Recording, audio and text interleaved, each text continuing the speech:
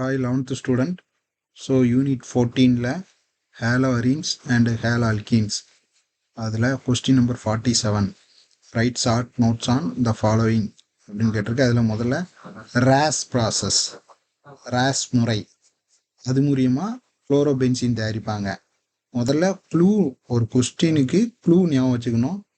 Race process, race ப்ராசஸில் கிடைக்கக்கூடிய பொருள் என்னன்னா குளோரோபென்சீன், குளோரோபென்சீன். அப்போ உங்களுக்கு என்ன தெரியணும், ரேஸ் ப்ராசஸில் என்னென்னலாம் போட்டால் குளோரோ பென்சீன் வரும் அப்படிங்கிறது தெரியணும். ஸோ ரியாக்ஷன் பார்ப்போம். ஸோ குளோரோபென்சீன் தான் ரேஸ் ப்ராசஸில் தயாரிக்காங்க கமர்ஷியலாக. ஸோ அது எப்படி அப்படின்னா மிக்சர், ஒரு மிக்சர், அந்த மிக்சர் எதெல்லாம் சேர்ந்ததுன்னா பென்சீன், பென்சீன் வேப்பர், பென்சீன் வந்து வேப்பர் ஃபார்மில் இருக்குது சரியா, அப்புறம் ஏர், அப்புறம் HCl, மூணுமே வேப்பர் ஃபார்மில் தான் இருக்குது. இந்த மூணு வேப்பர் ஃபார்மையும் குப்ரிக் குளோரைடு, குப்ரிக் குளோரைடு CuCl2மாங்க, அது ஓவர் ஹீட்டாக இருக்கும், அது வழியாக பாஸ் பண்ணோம் அப்படின்னா குளோரோபென்சீன் கிடச்சிடும். ஸோ இதான் லாஜிக். பென்சீன் வேப்பர், ஏர், HCl இது மூணுத்தையும் குப்ரிக் குளோரைடு வழியாக பாஸ் பண்ணீங்க அப்படின்னா குளோரோபென்சீன் கிடச்சிடும். கீழே ரியாக்ஷன் கொடுத்துருக்காங்க, இதுதான் அந்த ரியாக்ஷன், இதை நம்ம போட்டு பார்க்கலாம். ஸோ இதுதான் ஜெனரல் ஐடியா.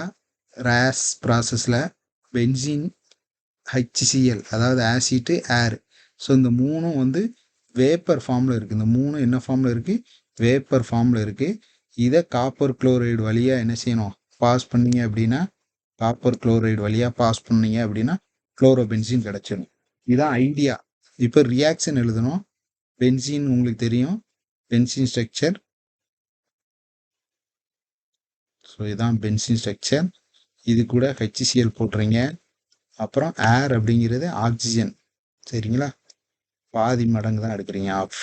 அப்போ இது கேன்சல் ஆயிரும், வெறும் O மட்டும்தான் இருக்கிறதா அர்த்தம். நெக்ஸ்ட்டு இதில் CuCl2 ஹீட்டு 525 கெல்வின் ஹீட் பண்ணியிருக்கோம் சரிங்களா.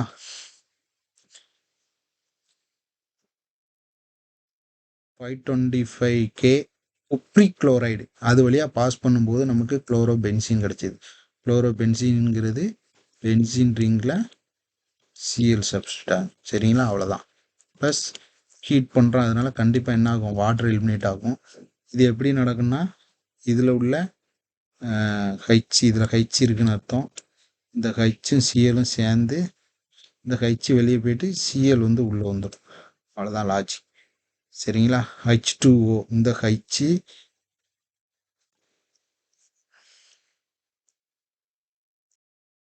இதில் உள்ள ஹைட்ரஜன் இருக்கு இல்லையா, இந்த ஹைட்ரஜன், இந்த Cl, இந்த H, இந்த HO, அதான் H2Oவாக வெளியே போயிடுது.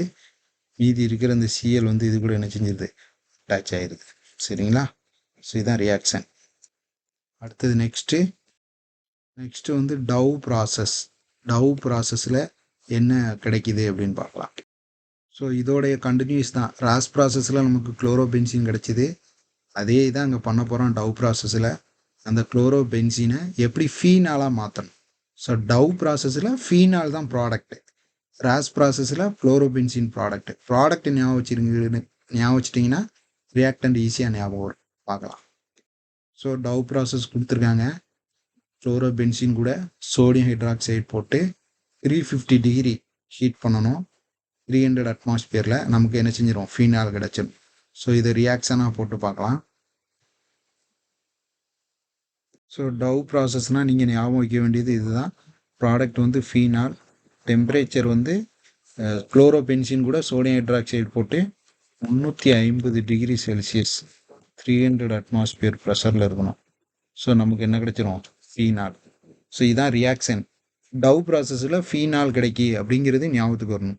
மூலப்பொருட்கள் அதாவது ரியாக்டன் வந்து குளோரோபென்சீன், சோடியம் ஹைட்ராக்சைடு. ஸோ இதை ரியாக்ஷனில் எழுதும்போது குளோரோபென்சீன் தெரியும், பென்சின் ரிங் போட்டு, பென்சின் ரிங்கில் குளோரின் இருந்தால் குளோரோபென்சீன், சோடியம் ஹைட்ராக்சைடு வந்து NaOH. ஸோ இது கூட 350 டிகிரி செல்சியஸ் ஹீட் பண்ணுறோம் 300 அட்மாஸ்பியரில். அப்போ என்ன நடக்கும், இந்த OH வந்து இங்கே போய் சப்ஸ்டியூட் ஆகுது. Substitution is called substitution. போயிட்டு OH இதில் கிடச்சிருது. So this is called phenol. Phenol plus வேறு என்ன இருக்குது? இந்த NaCl மட்டும் இருக்குது. NaCl இது இங்கே போச்சு அப்படின்னா இந்த NaCl என்ன செஞ்சிடும்? வெளியே வந்துடும். ஸோ இதுதான் டவ் ப்ராசஸ்.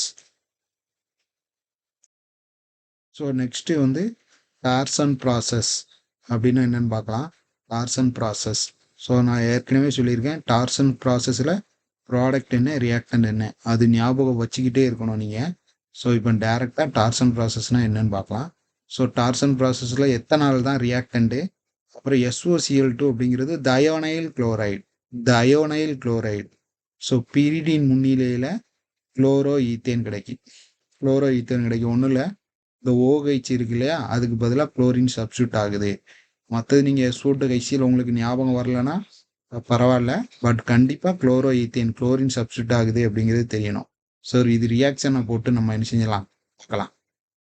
ஸோ டார்சன் ப்ராசஸும் முதல்ல இப்படி ஞாபகம் வச்சுக்கிடுங்க. எத்தில் ஆல்கஹால் கூட தயனால் குளோரைடு போட்டால் ஈத்தேன் கிடைக்கி இப்படி ஞாபகம் வச்சுக்கிடுங்க. இதை இப்போ ஃபார்முலா அப்ளை பண்ண போகிறோம். எத்தில் வந்து CH3CH2 இதுதான் எத்தில். சரிங்களா? அப்போ ஆல்கஹாலுங்கிறது OH. So ethyl alcohol plus thionyl chloride, thionyl thionyl chloride, இதுதான் தயோனைல் குளோரைடு. இது கூட என்ன செய்ய போகிறோம்? பிரிடின் போட போகிறோம். பிரிடின் போட்டாச்சு அப்படின்னா குளோரோ ஈத்தேன் என்ன ஆகுது? இந்த குளோரின் இருக்கு இல்லையா, இந்த குளோரின் OHக்கு பதிலாக 2 குளோரின் இல்லை, 1 குளோரின் தான். அப்போ C6 சரி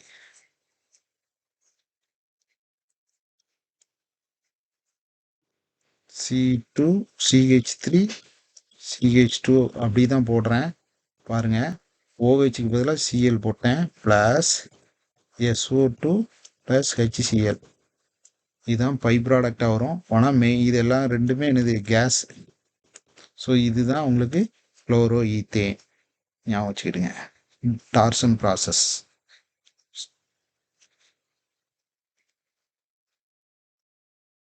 ஸோ இந்த கொஸ்டின் எழுதும்போது இந்த கொஸ்டினும் பார்த்தீங்க அப்படின்னா உங்களுக்கு தெரியும். இந்த கொஸ்டினில் பாருங்கள், இப்போ நம்ம பார்த்த அதே இதுதான். எது? டார்சன் ப்ராசஸ் தான் இங்கே கேட்டிருக்கு. எத்தில் ஆல்கஹால் கூட தயோனைல் குளோரைடு போட்டிங்கன்னா என்ன கிடச்சிது?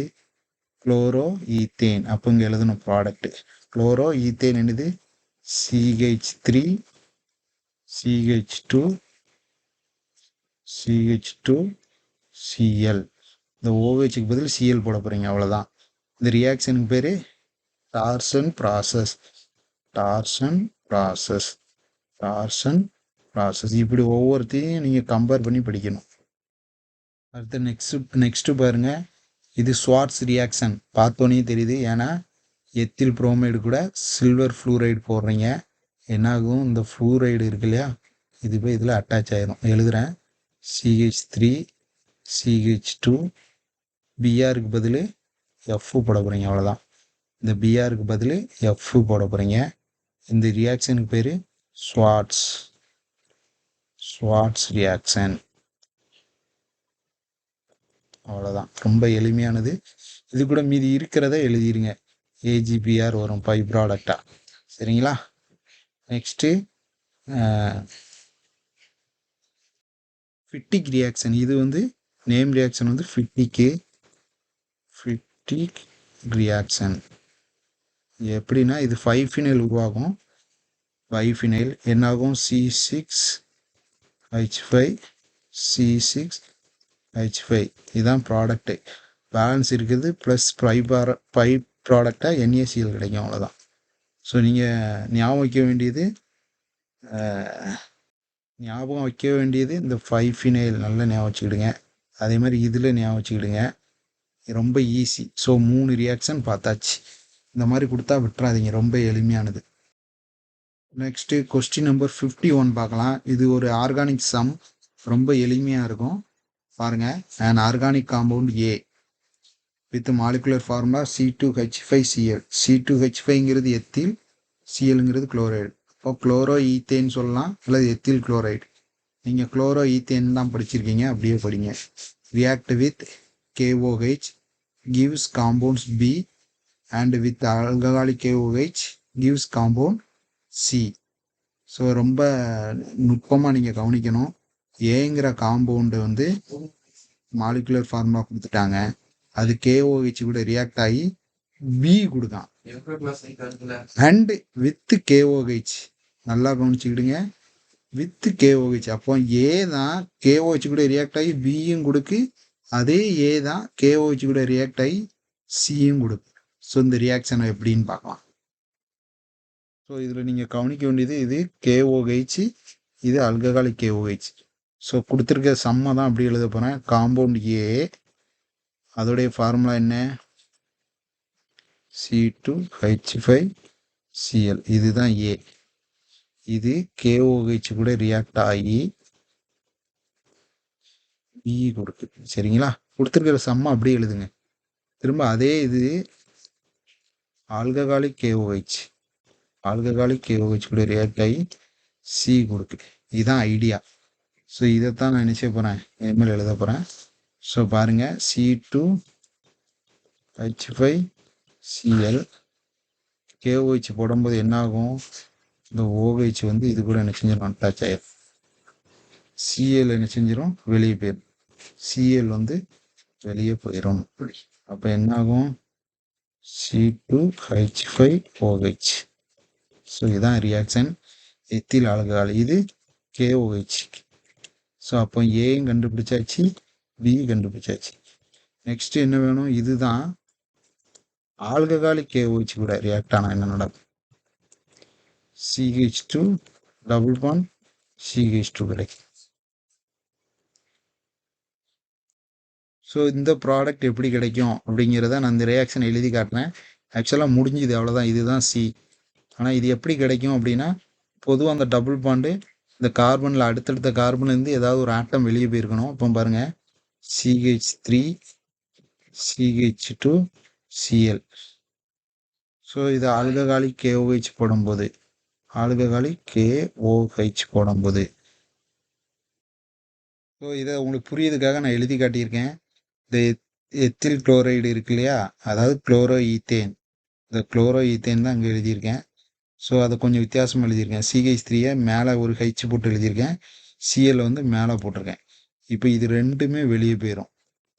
வெளியே போகிற அடுத்தடுத்த கார்பனில் இருந்து வெளியே போகிறதுனால டபுள் பாண்ட் ஃபார்ம் ஆகும். அதான் இது. சரியா?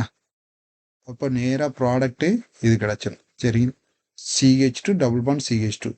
ஸோ KCl வெளியே போயிடும், அடுத்து H2O என்ன செஞ்சிடும், வெளியே போயிடும். அதான் லாஜிக். ரொம்ப ஈஸி, ஞாபகம் வச்சுக்கிடுங்க. Next question number 52. So a simplest alkene, வார்த்தை ரொம்ப முக்கியம். அல்கீன்லேயே ரொம்ப சிம்பிளஸ்ட்டு ஈத்தீன் தான்.